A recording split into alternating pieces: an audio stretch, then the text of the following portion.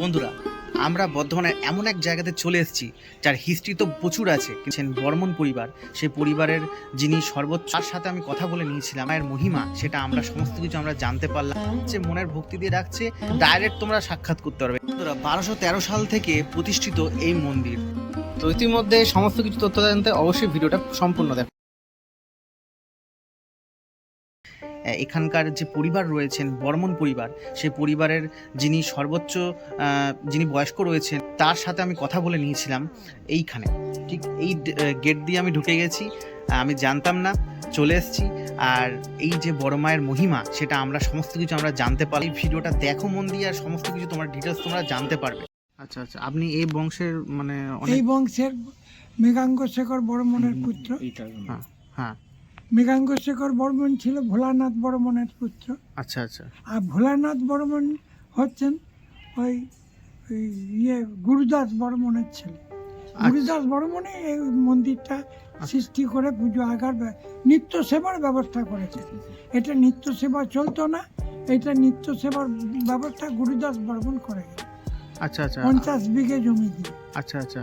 আর British আমল থেকে যেটা বলছিলেন, ব্রিটিশ আমল থেকে চলে আসছে। ব্রিটিশ আমলে কি আপনাদের কোনো কাজ করতো কেউ এখানে? হ্যাঁ, ওই গুরুদাস বর্মন কাজ করতেন। আচ্ছা আচ্ছা, উনি কাজ করতেন।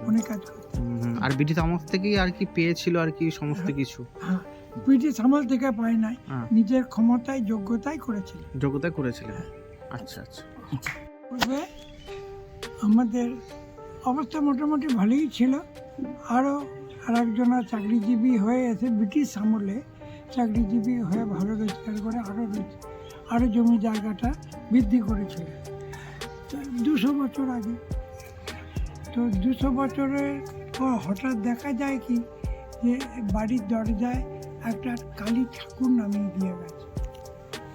এবারে সে কেন? আর রাত্রি প্রায় 11টা-12টা হবে, নামিয়ে দিয়ে গেছে। তখন আমাদের তখন তো জমিদারির ব্যাপার ছিল, লোক ডাকলেই ছুটে এসেছে, সব বলা বলি হওয়াতে তো কেন নামিয়ে দিয়ে গেছে ঠাকুর।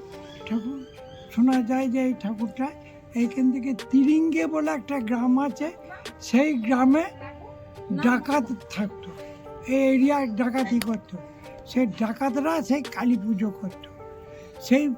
সেই ঠাকুরটা যখন ডাকাতরা ধরা পড়ে যাচ্ছে একে একে করে, তখন তারা সেই ঠাকুরটা পুজোর জন্যে একজন বিশেষ লোকের দরকার, তাদের পড়াতে তারা আমাদের খোঁজ করে বাড়ির দরজায় নামিয়ে দিয়ে যায়। এবারে যখন নামিয়ে দিয়ে গেছে, রাত্রেবেলায় খবর পেয়ে উঠে, তখনকার দিনে রাত 11টা মানে বিশাল রাত। তো উঠে দেখেছে যে এরকম ব্যাপার, নামিয়ে দিয়ে গেছে, ঠাকুর এসেছেন, পুজো কর।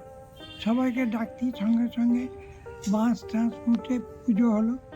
পুজো আরম্ভ হয়ে গেল। রাত্রি 12টার সময় পুজো হয়েছিল। 12টার সময় পুজো হয়েছিল। তারপর যেমন পুজো হয়ে যাবার পর তারপরে ওদের বংশধর গুরুদাস বর্মন নামক আমাদের এক বংশধর এলেন। তিনি ব্রিটিশের চাকরি করতেন। তো তারই আমলে বিশেষ রোজগারে যখন বলে যে না, এখনই মায়ের মন্দিরটা করা হোক, সে মন্দিরটা করে প্রায় 50 বিঘে জমি মায়ের নামে করে দিয়ে তার নিত্য সেবার ব্যবস্থা করে দিয়ে তদাবধিকাল পুজো হয়ে আসছে। এবং সকলেই জানে যে এই ঠাকুরটা জাগ্রত, এবং বহু দূর দূরান্ত, কলকাতা, বর্ধমান তো বটেই, আর এই নানাবিধ জায়গা থেকে এর পুজো হয়। যার যখন খুশি সে যখন পাঁঠা দিয়ে যায়। এবং ব্রাহ্মণ আদি সব আছে, পুজোর ব্রাহ্মণরা আছে। তাদের বাড়িতে শ্যামসুন্দর ঠাকুর মানে রাধাকৃষ্ণ ঠাকুর আছে, 12 বিঘে জমি দিয়ে আছে, পুজো হয় তার।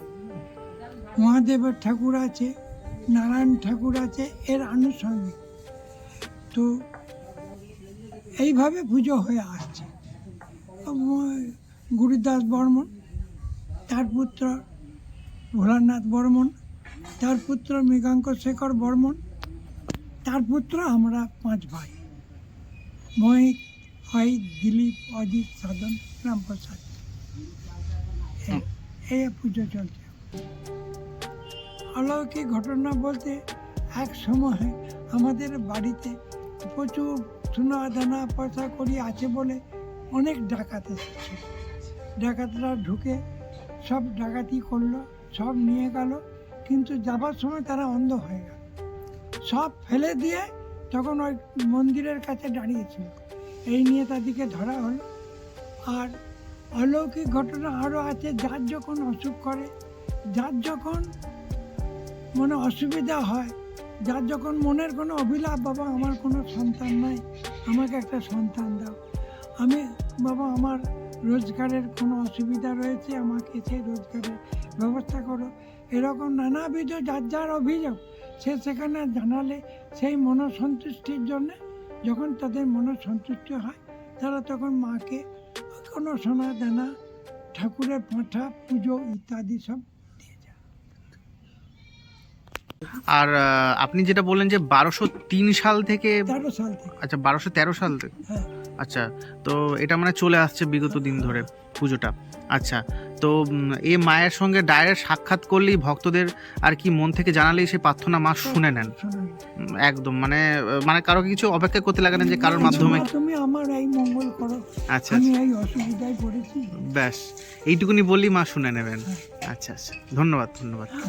1213 সাল থেকে প্রতিষ্ঠিত এই মন্দির, যেটা বর্মন পরিবারের সঙ্গে আমি সাক্ষাৎ করে জানতে পারলাম।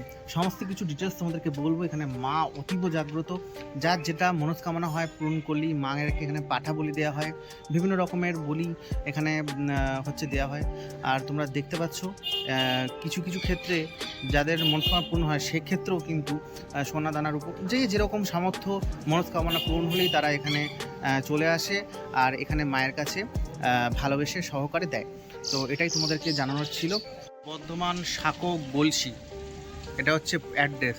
গলসিতে গলসি বাস ধরে তোমরা যদি আসো তাহলে সাঁকো এখানে তোমরা নেমে যেতে পারো, ঠিক আছে। এখানে নেমে গিয়েই সাঁকো কালীতলা, এটা হচ্ছে বড়মা সাঁকো কালীতলা এখানকার অ্যাড্রেস। তো তোমাদেরকে আমি জানিয়ে দিলাম, তোমাদেরকে আমি বলে দিলাম, সমস্ত কিছু ডিটেলস জানিয়ে দিলাম। তো এখানে ভিডিওটা আমি এন্ড করতে চলেছি। অবশ্যই যদি এই ভিডিও ভালো লাগে লাইক কমেন্ট সাবস্ক্রাইব অবশ্যই করে দিও বন্ধুরা, আর ইনফরমেশন পেতে।